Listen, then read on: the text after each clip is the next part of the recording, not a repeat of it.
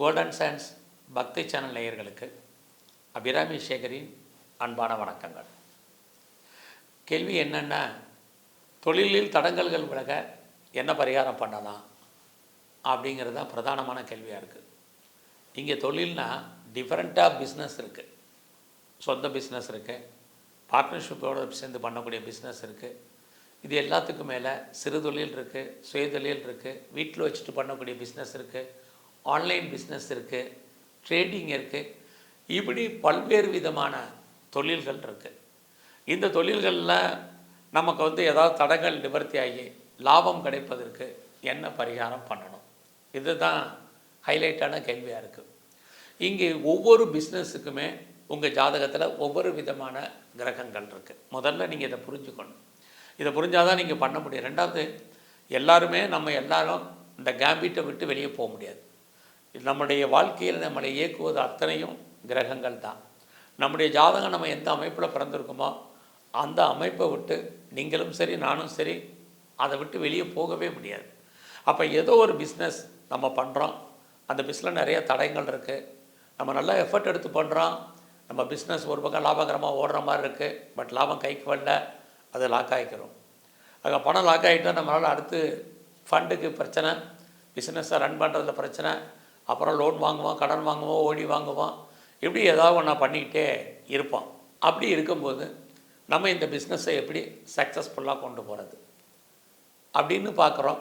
நம்ம அறிவை பயன்படுத்தி, ஆற்றலை பயன்படுத்தி, நம்ம நாலேஜை பயன்படுத்தி, மற்ற ஃபினான்ஷியல் சோர்ஸஸை பயன்படுத்தி என்ன பண்ணாலும் நம்முடைய வாழ்க்கையில் ஏதாவது இந்த பிஸ்னஸில் பெரிய லெவலில் நம்ம வர முடியலை அப்படிங்கிற மாதிரி இருக்கும்போது அதுக்கு காரணம் என்னென்னா, அடிப்படையில் நம்முடைய ஜாதகத்தில் இருக்கக்கூடிய பிரதானமான விஷயங்கள் தான்.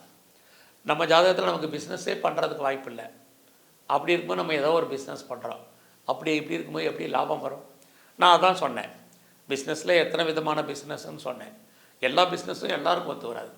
ஒரு ஸ்மால் ஸ்கேல் இண்டஸ்ட்ரி பண்ணுறவர் ஒரு லார்ஜ் ஸ்கேல் இண்டஸ்ட்ரியல் பண்ண முடியாது.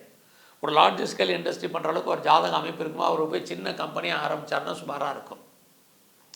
ஆன்லைன் பிஸ்னஸ் எல்லாருக்குமே ஒத்து வராது. எத்தனை பேர் நம்ம ஆன்லைன் பிஸ்னஸில் சக்ஸஸ்ஃபுல்லாக இருக்கோம்னா அத்தனை பேரும் கிடையாது. அதே போல் பெரிய லெவலில் நம்ம ஒரு இண்டஸ்ட்ரியலிஸ்ட்டு ஆரம்பிக்கணும், தொழில் முனைவோராக வரணும், அல்லது தொழில் பண்ணிகிட்ருங்க எத்தனை பேர் பெரிய லெவலில் சக்ஸஸ்ஃபுல்லாக இருக்காங்கன்னா இல்லை. அப்போ இதுக்கெல்லாம் அடிப்படை காரணம் என்னென்னா, நம்ம ஜாதகத்தில் இருக்கக்கூடிய கிரக நிலைகள். பிஸ்னஸ் பண்ணுறதுக்கு யோகா இருக்கா, முதல்ல நம்ம ஜாதகத்தில் அதை பார்க்கணும். அதுக்கப்புறம் என்ன மாதிரியான பிஸ்னஸ் பண்ணுறதுக்கு யோகா இருக்குது அடுத்து பார்க்கணும். இந்த உலகத்தில் ஏகப்பட்ட பிஸ்னஸ் இருக்குது. அந்த பிஸ்னஸ்ஸு நம்ம ஜாதகத்தோடு ஒத்து வருமா, நமக்கு அந்த பிஸ்னஸை பற்றிய நாலேஜ் இருக்கா, அதுக்கப்புறம் அந்த பிஸ்னஸ் பண்ணால் நமக்கு லாபகரமாக இருக்குமா. எந்த ஒரு தொழில் பண்ணுறதா இருந்தாலும் நீண்ட நெடிய காலத்திற்கு அந்த பிஸ்னஸை பண்ணணும். அப்படி பண்ணால் தான் நமக்கு லாபம். இன்றைக்கி ஆரம்பித்து அடுத்த வருஷம் முடிக்கிறதுக்கு பேர் பிஸ்னஸ் இல்லை. அப்போ பிஸ்னஸ் பண்ணுறதுக்கும் நம்ம ஜாதகத்தில் ஒரு யோகம் வேணும். அந்த யோகம் எப்படிப்பட்டதாக இருக்கும், அந்த பிஸ்னஸால் நமக்கு வருமானங்கள் இருக்கா, சம்பாத்தியங்கள் இருக்கா, இது அத்தனையும் ஏ டு செட் முதல்ல நம்ம பார்த்து வச்சுக்கணும். பார்த்ததுக்கு அப்புறம்தான் நம்ம தொழிலே ஸ்டார்ட் பண்ணணும். அது இல்லாமல் ஏதோ கையில் பணம் இருக்குது, அல்லது பார்ட்னர்ஷிப் யாராவது வர்றாங்க, பேங்க்கில் லோன் கொடுக்குறாங்க, ஓடி கிடைக்கிது அப்படிங்கிறதுக்காக ஏதாவது ஒன்று ஆரம்பித்தோம்னா நமக்கு லாபகரமாக இருக்குமான்னா இருக்காது.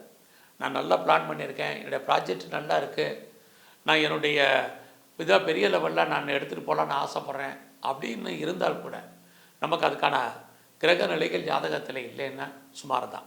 சரி, நம்ம இங்கே பிஸ்னஸ் பண்ணணும்னா நம்ம ஜாதகத்தில் என்ன கிரகம் இருக்கணும், என்ன தெய்வத்தை வழிபடணும், இதுதான் நம்ம இப்போ பார்க்குறோம். நம்ம பிஸ்னஸ் பெரிய லெவலில் டாப் ஒன்னாக வரணும்.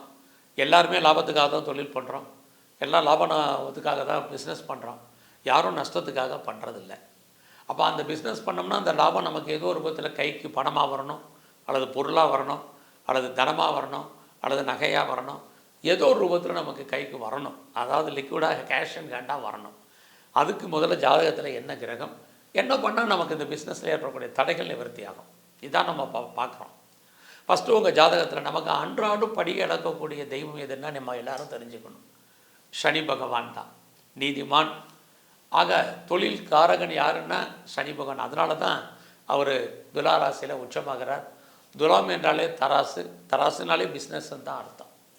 ஆக யாரெல்லாம் சின்ன பிஸ்னஸாக இருக்கட்டும், பிளாட்ஃபாரா பிஸ்னஸாக இருக்கட்டும், பெரிய நீங்கள் இண்டஸ்ட்ரியலிஸ்ட்டாக இருக்கட்டும், ஒரு பெரிய தொழில் முனைவராக இருக்கட்டும், யாராக இருந்தாலும் சரி, ஃபஸ்ட்டு சனி பகவான் நம்ம ஜாதகத்தில் நல்லா இருக்கணும், நல்ல இடத்துல இருக்கணும், நல்ல பொசிஷனில் இருக்கணும், நல்ல நட்சத்திர சாரத்தில் இருக்கணும். அப்படி இருந்தால் அவருடைய காலகட்டங்களில் நாம் பெரிய லெவலில் இண்டஸ்ட்ரியல் ஆரம்பிக்கும் போது நமக்கு நல்ல ஒரு வருமானத்தையும் சம்பாத்தியத்தையும் கொடுப்பார். ஆக சனி பகவான் நம்ம ஜாதகத்தில் நல்லா இருக்கணும். அடுத்து பிஸ்னஸ்க்குன்னு இருக்கக்கூடிய ஒரு கிரகம்னு எடுத்துக்கிட்டிங்கன்னா புத பகவான் தான். யாரெல்லாம் தகவல் தொடர்பில் இருக்கிறோமோ, யாரெல்லாம் கம்யூனிகேஷனில் இருக்கிறோமோ, யாரெல்லாம் கமிஷன் தொழில் பண்ணுறோமோ, புரோக்கரேஜ் தொழில் பண்ணுறோமோ, கான்ட்ராக்ட் தொழில் பண்ணுறோமோ, கன்சல்டன்சி பண்ணுறோமோ, ரியல் எஸ்டேட் பிஸ்னஸ் பண்ணிகிட்டு இருக்கிறோமோ, கமிஷன் ஏஜென்சி புரோக்கரேஜ் பண்ணக்கூடியவங்க எல்லாருக்குமே புதன் தான். டிஜிட்டல் துறையில் இருக்கேன், மீடியா லைனில் இருக்கிறேன், மார்க்கெட்டிங் லைனில் இருக்கிறேன், நான் ஹோட்டல் வச்சுருக்கேன், ரெஸ்டாரண்ட் வச்சுருக்கேன், என்ன மாதிரியான பிஸ்னஸ் எடுத்தாலுமே அதுக்கு புத பகவானுடைய அனுகூலம் இல்லாமல் நம்ம அதில் கை வைக்கவே முடியாது. ஆக புதன் தான் நமக்கு பொறுத்த வரைக்கும் எல்லா விதமான பிஸ்னஸுக்குமான ஒரு கிரகம். அவர் நம்ம ஜாதகத்தில் நல்லா இருக்காரா? நல்லா இருக்கணும். நல்லா இருந்தால் தான் இது மாதிரியான பிஸ்னஸை பண்ண முடியும். இல்லைன்னா பண்ண முடியும். யாரெல்லாம் டிரான்ஸ்போர்ட் லைனில் இருக்கிறோம், யாரெல்லாம் கார்கோ லைனில் இருக்கிறோம், யாரெல்லாம் கம்யூனிகேஷன் லைனில் இருக்கிறோம், யாரெல்லாம் ஐடி ஃபீல்டில் இருக்கிறோம், எந்த துறையாக இருந்தாலும் communication, electrical and electronics, all communication லைனில் இருக்கிறவங்க எல்லா பிஸ்னஸுமே நம்ம பார்க்கக்கூடிய புத பகவான். அவர் நம்ம ஜாதகத்தில் வலுவாக இருக்கணும். அவரும் நல்ல இடத்துல நல்ல கிரக நட்சத்திர சாரத்தில் இருந்தால் பிஸ்னஸ் நமக்கு நல்லா இருக்கும். பர்டிகுலராக அவருடைய திசாபுக்தி நம்ம ஜாதகத்தில் வரணும். பிஸ்னஸ் பண்ணுறவங்க எல்லாருமே லாபத்தை சம்பாதிக்கிறது இல்லை. லாபம் வரக்கூடிய காலத்தில் தான் அந்த லாபத்தை நம்ம கல்லையோ கையிலையோ பார்க்க முடியும். அடுத்தபடியாக முக்கியமான பிஸ்னஸ்க்குரிய கிரகம் சுக்கிர பகவான் தான். இவர் ரொம்ப ரொம்ப ரொம்ப ரொம்ப முக்கியம் நம்ம ஜாதகத்தில். ஆக சுக்கிர பகவானுக்கு யாருக்கெல்லாம் வளர்த்து இருக்கோ அந்த பிஸ்னஸில் நம்ம அனுபவிக்கக்கூடிய வருமானம், சம்பாத்தியம், பிஸ்னஸ் பண்ணுறோம், லாபம் வருது, மறுபடியும் ரீஇன்வெஸ்ட்மெண்ட் பண்ணுறோம், மறுபடியும் லாபம் வருது, ரீஇன்வெஸ்ட்மெண்ட் பண்ணால் அதில் பிரயோஜனமே இல்லை. நம்முடைய பிஸ்னஸ் பெரிய லெவலில் எக்ஸ்பேண்ட் ஆகிருக்கோம், நம்ம என்ன அனுபவிச்சிருக்கோம், என்ன நம்ம வாழ்க்கையில் என்ஜாய் பண்ணியிருக்கோம், எவ்வளோ நம்மக்கிட்ட பணம், பொருள், நகைகள் இருக்குது, இதையெல்லாம் பார்க்கணும். ப்ராஃபிட் அண்ட் லாஸ் அக்கௌண்ட் பார்க்குறது சுக்கிர பகவான் தான் பிஸ்னஸில். யாரெல்லாம் லாப நஷ்ட கணக்கு பார்க்குறாங்க, பேலன்ஸ் ஷீட் போட்டு பார்க்குறது சுக்கிர பகவான் தான். அவர் தான் பிஸ்னஸ்க்குரிய இன்னொரு கிரகம்.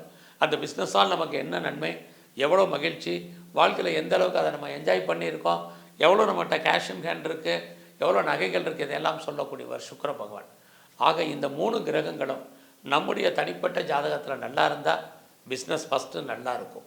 அதில் வரக்கூடிய தடங்கள் எவ்வளோ பெரிய தடைகள் இருந்தாலும் நிவர்த்தி ஆகும். சரி, இதிலிருந்து அப்படியும் மீறி நமக்கு தடங்கள் வருது, தடை வருது அப்படின்னா நம்ம அதிலிருந்து மீண்டு வருவதற்கு என்ன மாதிரியான பூஜா கைங்கரியங்கள் அல்லது என்ன மாதிரியான தெய்வ வழிபாடுகள் அல்லது என்ன மாதிரியான பரிகாரங்கள் நம்ம செய்கிறோம், இதான் மெயின். ஸோ ஃபஸ்ட்டு நீங்கள் பார்த்தீங்கன்னா நீங்கள் எந்த அதாக இருந்தாலும் சரி, முதல்ல நீங்கள் வழங்க வேண்டியது உங்களுடைய குலதெய்வம். நம்முடைய குலம் காற்பது குலதெய்வம், அதான் குலதெய்வத்தினுடைய வழிபாடு. ஃபஸ்ட்டு நம்ம குலதெய்வத்தை பிரதானமாக வழிபாடு பண்ணணும்.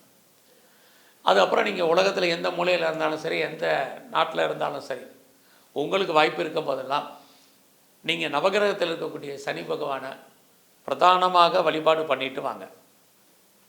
இது ரொம்ப ரொம்ப ரொம்ப முக்கியம்.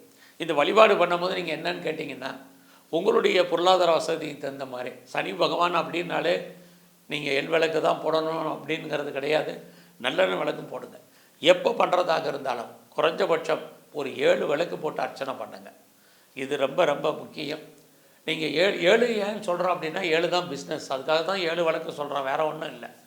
நீங்கள் நான் 2 விளக்கு போடலாமா, ஒரு விளக்கு போடலாம்னா 2 விளக்கு போட்டால் கையில் பணம் ஒரு 7 விளக்கு போட்டிங்கன்னா உங்கள் பிஸ்னஸோட கையில் பணம் வரும். அவ்வளோதான். அது மட்டும் இல்லை, 7ஆம் இடம் நம்முடைய குடும்பம், மனைவி, கணவன். ஸோ 2 பேருக்குமே நல்லாயிருக்கும். அதுக்காக தான் அந்த பிஸ்னஸில் 7 விளக்கு சொல்கிறோம். அடுத்து பார்த்தீங்கன்னா நீங்கள் பிரதானமாக வழிபாடு பண்ணுறது நீங்கள் சனி பகவான் மட்டும் இல்லை, எங்கெல்லாம் புதன் இருக்கோ புத சேஸ்திரங்கள், அன்றைக்கி எத்தனையோ புத சேஸ்திரங்கள் இருக்குது. உங்களுடைய பொருளாதாரத்துக்கு நல்லா புதன் சொல்லிட்டானே உடனே திருவெண்காடு போனோம், மீனாட்சி அம்மன் போனோம், அங்கே போகணும் இங்கே போகணுங்கெல்லாம் கிடையாது. உங்களுக்கு புதனாலே நீங்கள் வாய்ப்பு இருந்தால் சிவனுக்கு கூட விளக்கு போடுங்க, அர்ச்சனை பண்ணுங்கள்.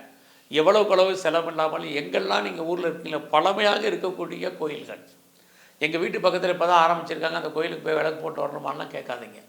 எங்கெல்லாம் பழமையான கோயில் இருக்கோ அந்த கோயிலில் இருக்கக்கூடிய சிவனுக்கு போய் உங்கள் பேருக்கு யார் பேரில் பிஸ்னஸ் இருக்கோ உங்கள் பேரில் பிஸ்னஸ்ஸு அதுக்கு அர்ச்சனை பண்ணுங்கள். இதே 7 விளக்கு போடுங்க. இது ரொம்ப ரொம்ப உங்களுக்கு ரொம்ப முக்கியம். அடுத்து பார்த்திங்கன்னா, எங்கெல்லாம் பெருமாள் கோயில் இருக்குது இதை பாருங்கள். அந்த பெருமாள் கோயிலில் இருக்கக்கூடிய மகாலட்சுமி, அதாவது தாயாரை வழிபாடு பண்ணுங்கள். தாயாருக்கும் விளக்கு போடுங்க. தாயாருக்கு எல்லோரும் நெய் விளக்கு போட சொல்லுவாங்க, போடுங்க. சுத்தமான நெய் கிடைச்சால் இன்னும் ரொம்ப விசேஷம். இல்லைன்னா உங்களுடைய பொருளாதாரம் எப்படி இருக்கோ, என் கையில் கொஞ்சமாக தான் காசு இருக்குது, நான் பிஸ்னஸை எனக்கு லாபம் வரணும், பிஸ்னஸில் இருக்கக்கூடிய தடைகள் நிவர்த்தி ஆகணும், அது பெரிய லெவலில் அந்த பிஸ்னஸ் வரணும், நான் நம்பர் ஒன்னாக வரணும் பிஸ்னஸில் அப்படின்னு யாரெல்லாம் ஆசைப்பட்றீங்களோ, நீங்கள் நான் சொன்னால் உங்களை ஸ்ரீரங்கம் போக சொல்லுவேன். நீங்கள் ஸ்ரீரங்கம் போகிறதா இருந்தால் கடன் வாங்கி போவீங்க. அதெல்லாம் வேண்டாம். நீங்கள் இருக்கக்கூடிய பெருமாள் கோயிலில், நீங்கள் உங்கள் ஊருக்கு பக்கத்தில் இருக்கக்கூடிய பழமையான பெருமாள் கோயிலில் இருக்கக்கூடிய தாயாருக்கு மகாலட்சுமிக்கு கூடிய வரைக்கும் ஒரு நெய் விளக்கு வாங்கி போட்டு உங்கள் பேருக்கு நட்சத்திரத்துக்கு அர்ச்சனை பண்ணுங்கள். இதெல்லாம் உங்களுக்கு தொழிலில் வரக்கூடிய தடைகளை உங்களுக்கு வாழ்க்கையில் நிவர்த்தி பண்ணி கொடுக்கும். ஆக குலதெய்வ வழிபாடு, சிவ வழிபாடு, பெருமாளுடைய தாயாருடைய வழிபாடு பிரதானம். இது எல்லாத்துக்கும் மேலே ரொம்ப இதுக்கெல்லாம் எனக்கு கோயிலுக்கு போல, நான் ஆன்மீகவாதி இல்லை, நான் நாத்திகவாதி, நான் பிஸ்னஸில் ஜெயிக்கணும் அப்படின்னா ஒன்றுமே இல்லை. நீங்கள் சாமி கும்பிட்டா தான் ஜெயிக்கணுங்கிறது இல்லை.